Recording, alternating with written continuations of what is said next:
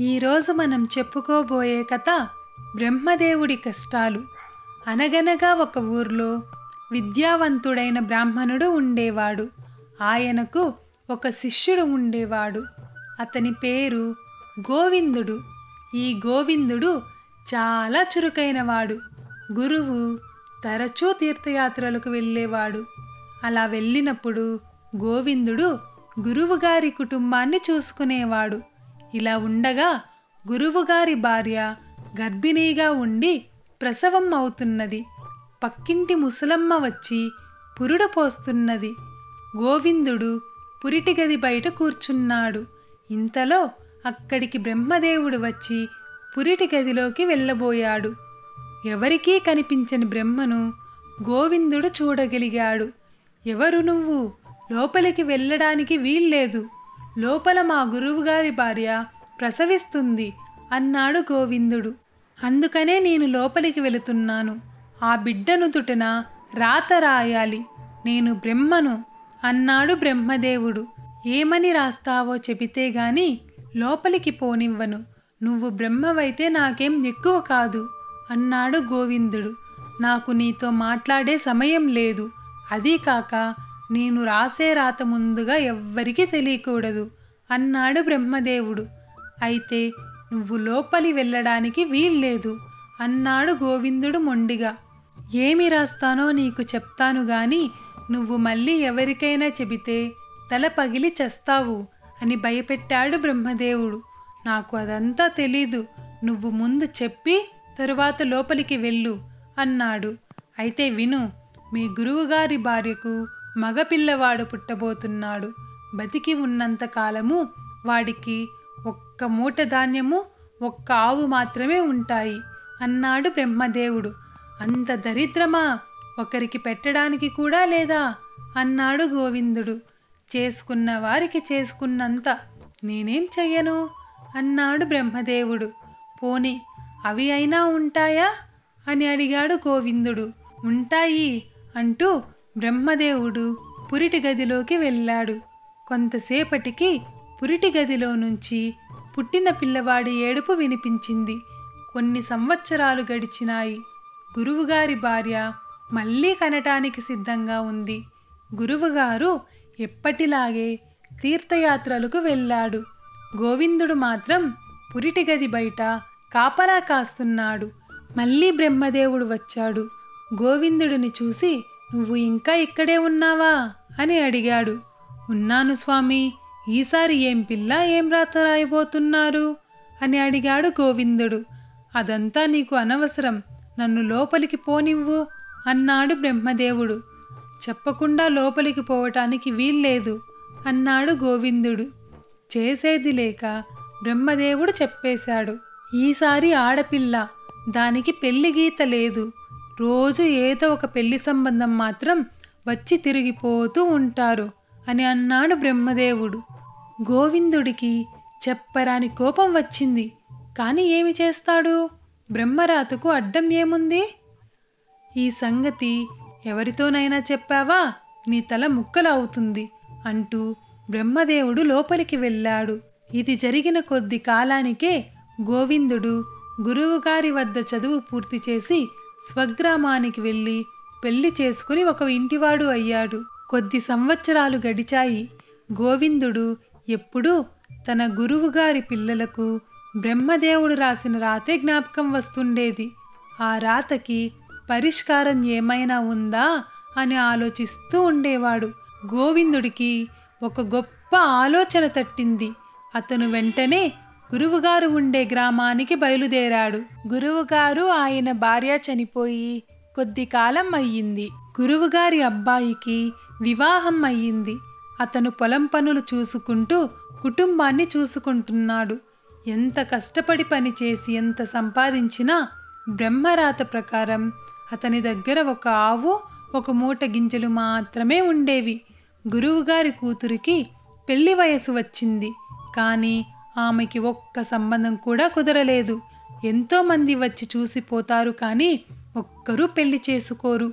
ఆ పిల్లకు పెళ్లి కానందుకు ఆ పిల్ల వదిన రోజూ తిట్టేది. ఆ పిల్లకు ఇంట్లో ఉండడం కూడా కష్టంగా తయారు అయ్యింది. గోవిందుడు ఆ ఇద్దరికీ తను ఆలోచించిన సలహాలు చెప్పాడు. గురువుగారి కొడుకుతో, నువ్వు డబ్బుకేమీ విచారపడకు, నీ దరిద్రం చూసి భయపడకు, నీ దగ్గర ఉన్న మూట గింజలు వండి సరిపోయినంత మందికి అన్నదానం చెయ్యి. సాయంకాలం అయ్యేసరికి ఇంట్లో ఒక్క గింజ కూడా పెట్టకు. ఎవరూ కొనకపోతే దానం చేసేయి, ఇంట్లో మాత్రం పెట్టకు అని అన్నాడు. దానికి అతను భయపడి, ఇలా చేస్తే నేను నా భార్య కడుపు మాడి చచ్చిపోతాము అని అన్నాడు. నా మాట విని నేను చెప్పినట్లు చెయ్యి, నీకేమీ నష్టం కలగకుండా నేను చూస్తాను. కావాలంటే నేను నీ ఇంట్లోనే కొంతకాలం ఉండి నా మాట రుజువు చేస్తాను అని అన్నాడు గోవిందుడు.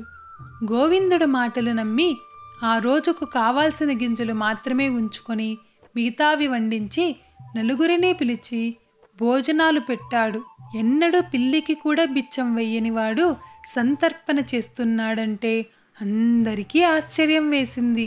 ఆ రోజు సాయంకాలం ఆవుని సంతకు తీసుకెళ్లి దానిని అమ్మేసి తనకు తన భార్యకు కావలసిన వస్తువులు కొనుక్కున్నాడు. మరునాడు పొద్దున్నేకి గురువుగారి కొడుకుకి కబురు వచ్చింది.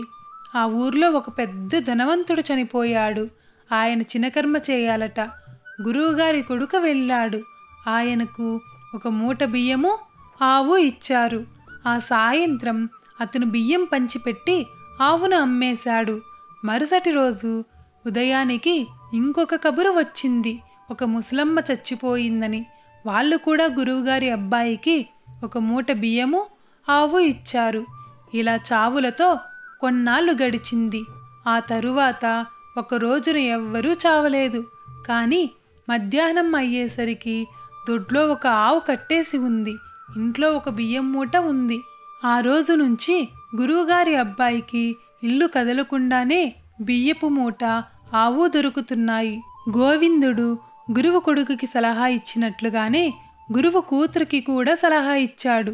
అమ్మా, నీకు పెళ్లి కాలేదని దిగులు పడకు, నేను చెప్పినట్లు చెయ్యి, నీకు లక్షణమైన మొగుడు దొరుకుతాడు. ఇక నుంచి నిన్ను చూడడానికి వచ్చే వాళ్లతో మీరు ఉత్త చేతులతో వస్తే కుదరదు. వచ్చేటప్పుడు చీరలు నగలు తెస్తేనే కనపడతాను అని చెప్పు అని అన్నాడు. ఆ మాటలు వినగానే ఆ అమ్మాయికి దిగులు వేసింది. నన్ను ఊరికే కూడా పెళ్లి చేసుకోలేని వారు అలాంటిది ఇంత డబ్బు ఖర్చు పెట్టి చూడటానికి వస్తారా అని అడిగింది. వస్తారమ్మా, వస్తారు. నా మాట విని 4 రోజులు అలా చెయ్యి అన్నాడు గోవిందుడు. మరుసటి రోజు ఆ అమ్మాయిని చూడటానికి ఒక సంబంధం వచ్చింది. ఆ అమ్మాయి శిష్యుడు చెప్పినట్లే చెప్పింది. ఆ వచ్చిన వాళ్ళు మాకు అమ్మాయే వద్దు అని వెళ్ళిపోయారు. సాయంత్రం వరకు మళ్ళీ ఎవరూ రాలేదు. సాయంత్రానికి ఒక పెద్ద మనిషి ఆ పిల్ల అడిగిన వస్తువులు అన్నీ తీసుకొచ్చాడు. అవి ఆ పిల్లకు ఇచ్చి ఆమెను చూసి వెళ్ళాడు. ఇలా రోజు ఆ పెద్ద మనిషే వచ్చి చీరలు నగలు ఇచ్చి పిల్లను చూసిపోయేవాడు. గురువుగారి అమ్మాయి కూడా పెళ్లి కాలేదని దిగులు పడలేదు. ఆ పిల్ల వదిన రోజు వచ్చే నగలు నాణాలు ఇంట్లో వేసుకొని సంతోషపడేది. గోవిందుడు 1 నెల రోజులు ఉన్నాడు. గురువుగారి పిల్లల సమస్యలు తీరాయి కదా అని వాళ్ళ ఇద్దరికి వెళ్ళొస్తానని చెప్పి తన ఇంటికి బయలుదేరాడు. తెల్లవారడానికి ఇంకా 2 గంటలు ఉంది. బాగా వెన్నెల కాస్తుంది. దారి బాగా కనపడుతుంది. గోవిందుడికి దారిలో ఒక పెద్ద మనిషి ఎదురయ్యాడు. ఒక భుజాన పెద్ద బియ్యం మూట, రెండో చేతిలో నగల మూట, ఆయన నడుముకి ఆవుతాడు కట్టుకొని వస్తున్నాడు. ఆ వస్తున్నది బ్రహ్మదేవుడే అని గ్రహించిన గోవిందుడు నమస్కరించి, స్వామి అని పలకరించాడు. నీ మూలంగా నాకు ఎన్ని కష్టాలు వచ్చాయో చూడు అన్నాడు బ్రహ్మదేవుడు. నన్నేం చెయ్యమంటారు స్వామి, వాళ్ళ కర్మ వాళ్ళది అన్నాడు గోవిందుడు నవ్వుతూ. ఇది వాళ్ళ కర్మ కాదోయి, నా కర్మ.